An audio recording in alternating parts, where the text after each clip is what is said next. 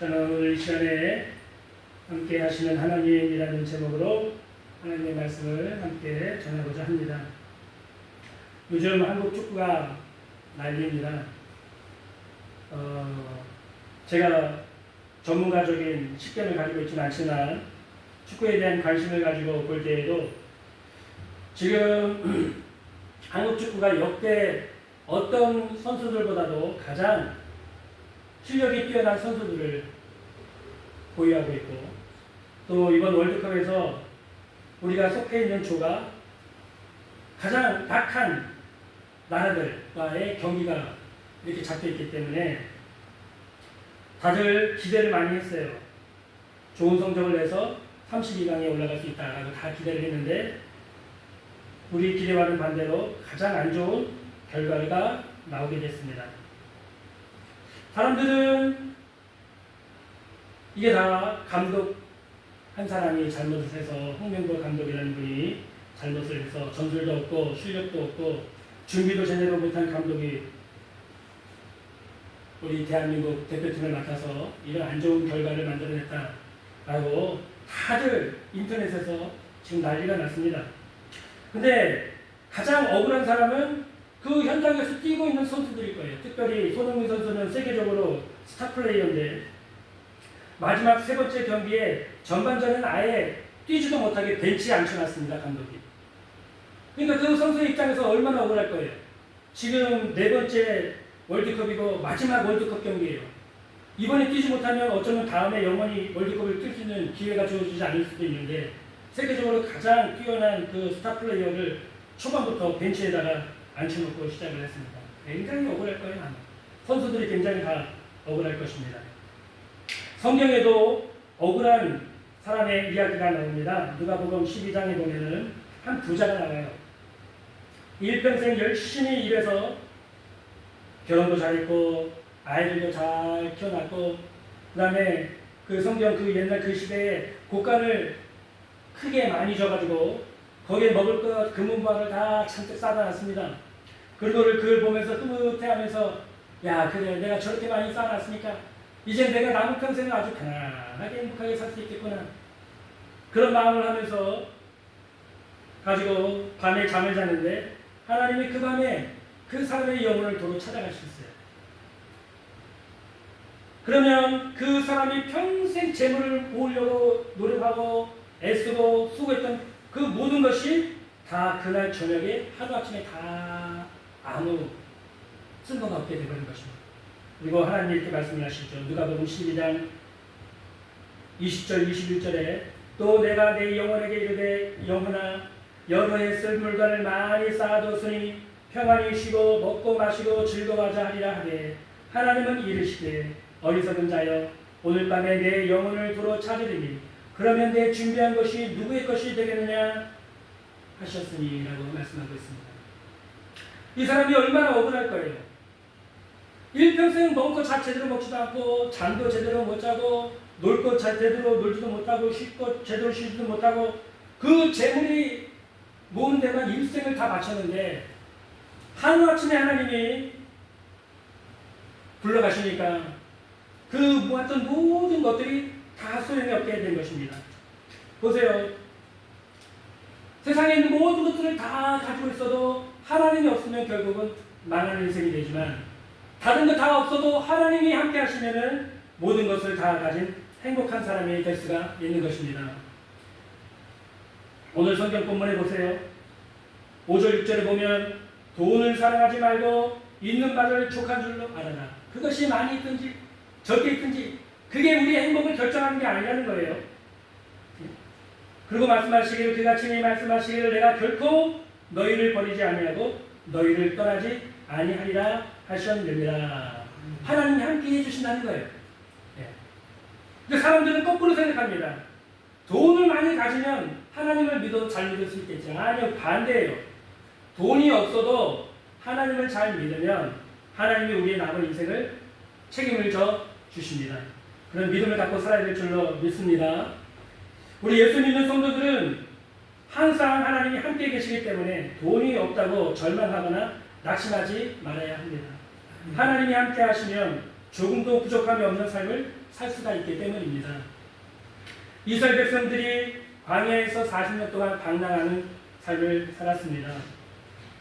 그런데 성경 어디에도 그 이스라엘 백성들의 약 남녀, 노소 다 합쳐서 200만 명 정도가 되는데 200만 명이나 되는 그 사람들이 광야에서 40년을 살면서 단 한 번도 굶지 않았고 단 한 사람도 굶어서 죽은 사람이 없었다고 기록을 하고 있어요. 기적 아닙니까? 예. 오늘날 최첨단의 시대를 살고 있는 오늘날 같은 시대에도 그 일은 불가능할 거예요. 예? 200만 명을 광야에 집어넣고 40년을 살아라. 불가능한 일일 것입니다. 근데 신명기 2장 7절에 이렇게 말씀하고 있습니다. 내 하나님 여호와께서 내가 하는 모든 일에 내게 복을 주시고 내가 이 큰 광야에 두루 다님을 알고 내 하나님 여호와께서 이 40년 동안을 너와 함께 하셨으므로 내게 부족함이 없었느니라. 아멘. 저를 따라하겠습니다. 너와 함께 하였으므로 해보세요. 너와 함께 하였으므로 너와 함께한 너와 함께 하였으므로 함께 하였으므로 내게 부족함이 없었느니라. 내게 부족함이 없습니다. 네, 하나님이 함께 하셨으므로 너에게 40년 동안 부족함이 없었지 않니?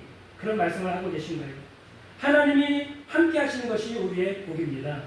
하나님이 우리와 함께 하시면 우리가 생명을 얻게 풍성이 없고 영혼이 잘 되고 범사가 잘 되며 강건한 복을 누리게 되는 것입니다.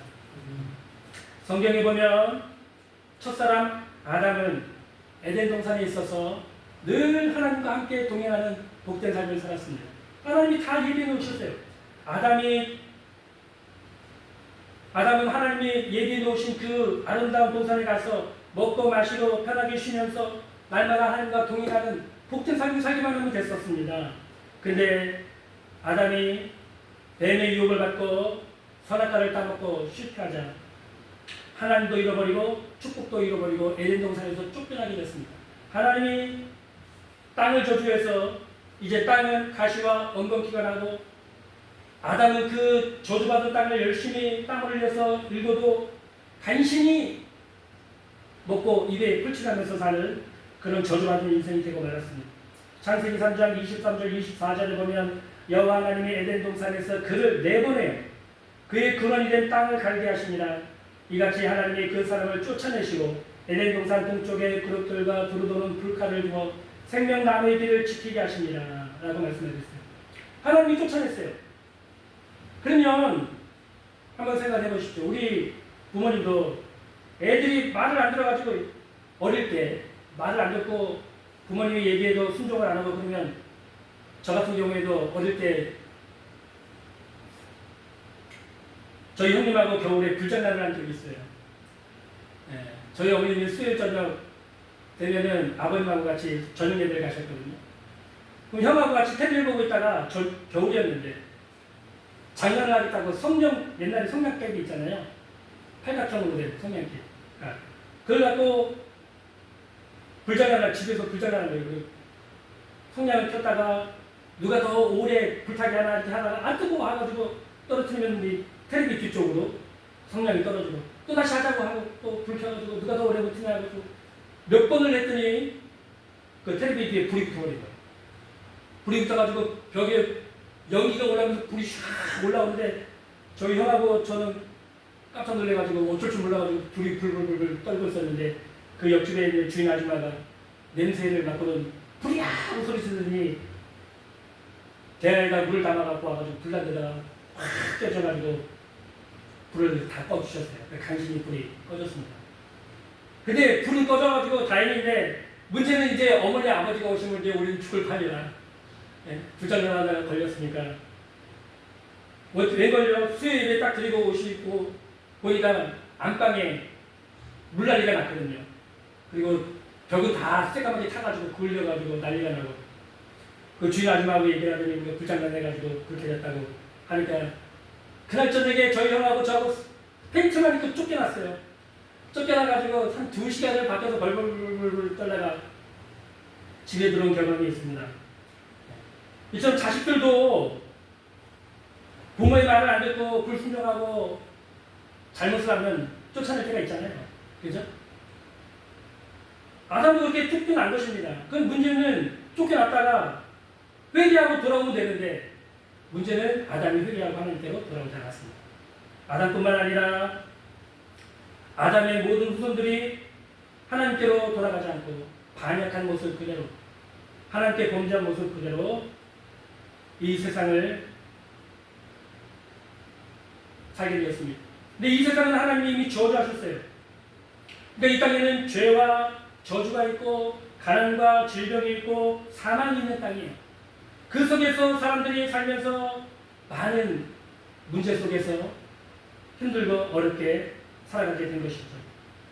근데 2000년 전에 하나님의 아들 예수님이 이 땅에 오심으로 그 인간들의 모든 고통과 질병과 필요가 점점 채워지기 시작했습니다. 예수님이 가시는 곳마다 죄인들의 죄를 용서해 주셨습니다. 배고픈 군중들은 먹여주셨습니다. 파도가 쳐서 죽음 앞에 두려워 떠는 제자들을 말씀 한마디로 바람과 파도를 잠잠케 해주셔서 문제를 해결해 주셨어요. 죽어있는 사람도 나사로도 죽은 지 3일이나 됐는데 살려주셨습니다. 예수님 앞에서 모든 권세가 무릎을 꿇고 모든 문제들이 해결이 되게 된 것입니다. 마지막으로 예수님이 십자가에서 못 박혀서 피 흘려 죽으심으로 우리 인간에 있는 모든 죄의 문제를 해결해 주시고 구원의 문을 활짝 열어 주셨습니다. 누구든지 예수님의 십자가를 믿고 보혈의 능력을 믿으면 하나님께서 그의 모든 죄를 예수님의 피로 다 깨끗하게 씻어서 죄사함을 주시는 것입니다. 또 불의한 삶을 사는 문제, 성령을 우리에게 보내주셔서 우리를 거룩한 사람으로 변화시켜 주십니다. 저주와 가난의 문제, 아브라함의 축복을 주심으로 저주와 가난이 떠나가고 하나님이 주시는 은혜와 축복을 받아 누리는 삶으로 변화시켜 주십니다. 아멘. 질병의 문제, 예수님이 채찍에 맞으심으로 우리에게 건강을 허락해 주셨어요. 저는 그래서 기도할 때 항상 이런 기도를 합니다. 예수님이 채찍에 맞으심으로 제가 나은 사람이 됐기 때문에 저는 일평생 질병도 모르고 질병의 고통도 모르고 하나님이 부르시는 그날까지 건강하게 살다가 부르시는 그날에 하나님 앞에 갈 것입니다. 하고 그렇게 기도를 드려요. 우리 권사님도 그런 기도를 하시길 바랍니다. 아멘. 아멘. 죽음의 문제도 예수님이 부활하심으로 그 부활 생명을 믿는 자에게 주심으로 영생과 천국을 얻게 해주셨습니다. 이처럼 예수님을 믿고 영접하고 섬기는 사람들에게 예수님이 이런 놀라운 축복을 주시는 것입니다. 성경에 보면 예수님의 이름이 나오는데요. 많은 이름들 중에 특별히 오늘 우리에게 마음에 와닿는 예수님의 이름이 있습니다. 바로 임마누엘이라고 하는 이름입니다. 마태복음 1장 23절에 보라 처녀가 잉태하여 아들을 낳을 것이요 그 이름은 임마누엘이라 하리라 하셨으니 이를 번역한즉 하나님이 우리와 함께 계시다 하니라 했어요. 하나님이 우리와 함께 계시다는 것입니다. 십자가와 부활 이후에 예수님이 승천하시고 난 다음에 오순절에 성령께서 이 땅에 오심으로 그때부터 지금까지 또 주님이 오시는 재림하신 그날까지 성령님이 우리 속에 와 계시고 우리 곁에 와 계십니다. 하나님이 우리와 함께 하시는 것이에요. 네? 그분이 오신 것은 여러분을 사랑하시기 때문에 오신 것입니다. 네? 여러분 집에 남편과 아내, 자녀들이 함께 사는 이유가 뭘까요? 사랑하기 때문에 같이 사는 것 아닙니까? 그죠? 아무리 친한 친구가 있고 아무리 친한 친척이 있어도 집에 가서 같이 살지는 않잖아요. 그죠? 근데 하나님이 우리 곁에 와서 또 우리 가정에 오셔서 같이 살아주신 이유는 바로 여러분을 사랑하시기 때문에 같이 사시는 것입니다. 네? 여러분을 정죄하거나 심판하기 위해서 오신 것이 아닙니다. 여러분의 죄를 용서해 주시고 복을 주시고 병을 고쳐주시고 영생 복락의 축복을 주시기 위해서 지금 함께 와 계시는 것입니다. 그러므로 우리 성도들은 성령님을 환영하고 영접하고 믿고 따라가시기를 주님의 이름으로 축복합니다. 아멘. 시편 23편에 유명한 말씀이 있죠. 저는 아침에 일어나면 항상 하나님의 말씀을 묵상을 합니다. 여호와는 나의 목자시니 내게 부족함이 없으리로다. 그가 나를 푸른 초장에 누이시며 쉴 만한 물가로 인도하시는도다. 내 영혼을 소생시키시고 자기 이름을 위하여 의의 길로 인도하시는도다. 내가 사망의 음침한 골짜기로 달릴지라도 해를 피하지 않을 것은 주께서 나와 함께 하시니라. 주의 지팡이와 막대가 나를 안위하시나이다. 주께서 내 원수의 목전에서 내게 상을 차려주시고 내 머리에 기름을 부어주셨으니 내 장이 넘치나이다. 나의 평생에 선하심과 인자하심이 반드시 나를 따르리니 내가 여호와의 집에 영원히 거하리로다. 이 말씀을 묵상하고 또 이사야 41장 10절 말씀도 묵상합니다. 두려워 말라, 내가 너와 함께합니다. 놀라지 말라, 나는 내 하나님이 됩니다. 내가 너를 굳세게 하리라, 너를 도와주리라. 반드시 나의 오른손으로 너를 붙들어 주리라. 하나님의 말씀을 아침부터 묵상을 하면 이 내 마음에 소망이 생기고 내 마음이 기뻐지고 내 생각이 또 내 마음이 긍정적으로 밝게 변해서 하루를 시작할 때 너무 감사한 마음으로 하루를 시작할 수 있게 됩니다. 그 이유가 무엇입니까? 하나님이 나와 함께 하시기 때문입니다. 그 말씀이 사실대로 이루어지고 있기 때문입니다. 만약 하나님이 우리와 함께 하시지 않는다면 우리가 누구를 믿고 누구를 의지하고 이 세상을 살아갑니까? 부모님은 이미 다 우리를 떠났어요. 그죠? 친구들도 다 떠나갑니다. 시간이 지나면. 돈도 나중에 나이를 먹게 되면 돈도 다 사라지게 돼요. 예전에 들은 얘기로 여자분들이 하시는 얘기들 중에 이런 얘기가 있다고요. 나이가 60이 되면 여자의 미모는 소용이 없게 돼요. 다 똑같다는 거예요. 70이 되면 지식이 다 똑같아진다는 거예요. 소용이 없다는 거예요. 80이 되면 물질이 다 똑같아진대요. 소용이 없다는 것이죠. 다 떠나간다는 거예요. 의미가 없다는 것입니다. 네. 그럼에도 불구하고 떠나지 않는 것이 있습니다. 하나님은 나와 함께 해주시는 것입니다. 내가 언제 어디 있든지 하나님은 나를 버리지 아니하시고 나를 사랑해 주시고 내 곁에 와 계시는 것입니다. 제가 최근에 말씀을 묵상하는 가운데 성령님에 대한 말씀을 묵상하다가 구약의 이스라엘 백성들이 광야 40년 길을 걸어가는 그 모습에 그 200만 명이 모여 사는 그 한가운데 성막을 만들어 놓고 그 성막에 낮에는 구름 기둥이 서서 저기 하늘 위에까지 그 몇백 미터가 되겠죠. 거의 수백 미터가 되는 구름 기둥이 서가지고 200만 명이 있는 그 진을 그늘을 비춰줘가지고 그 사막 한가운데서 시원한 그늘을 만들어주고 밤에는 그 불기둥 사이에 구름 기둥 사이에 불이 나타나서 그 밤 그 어둡고 차가운 밤을 환하게 비춰주고 따뜻하게 해줬다는 그 말씀을 묵상을 하게 됐습니다. 그 바로 40년 동안에 이스라엘 백성들과 함께했던 그 구름기둥과 불기둥이 바로 성령님의 임재를 상징하거든요. 그 성령님의 임재가 40년 동안에 단 한순간도 이스라엘 백성들을 떠나지 않았다는 거예요. 그 말씀을 생각하면서 제가 마음속으로 많은 회개를 했습니다. 제가 마음이 힘들고 괴롭고 외롭고 지치고 절망스러울 때 하나님을 원망한 적이 많이 있었거든요. 하나님 왜 나를 이렇게 내버려 두십니까? 왜 하나님 나를 이렇게 외롭게 만드십니까? 하나님 나를 왜 이렇게 힘들게 만드십니까? 하나님 왜 나를 안 도와주십니까? 하고 원망한 적이 굉장히 많았었는데 이 말씀을 그 구름기둥, 불기둥을 제가 묵상을 하면서 굉장히 마음의 찔림을 받고 큰 은혜를 받았어요. 내가 하나님께 그렇게 원망하고 불평하는 그 순간에도 하나님과 함께하고 계셨던 거예요.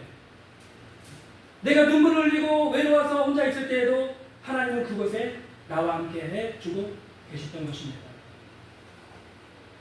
느헤미야 9장 19절에서 21절에 보면 이런 말씀이 있습니다.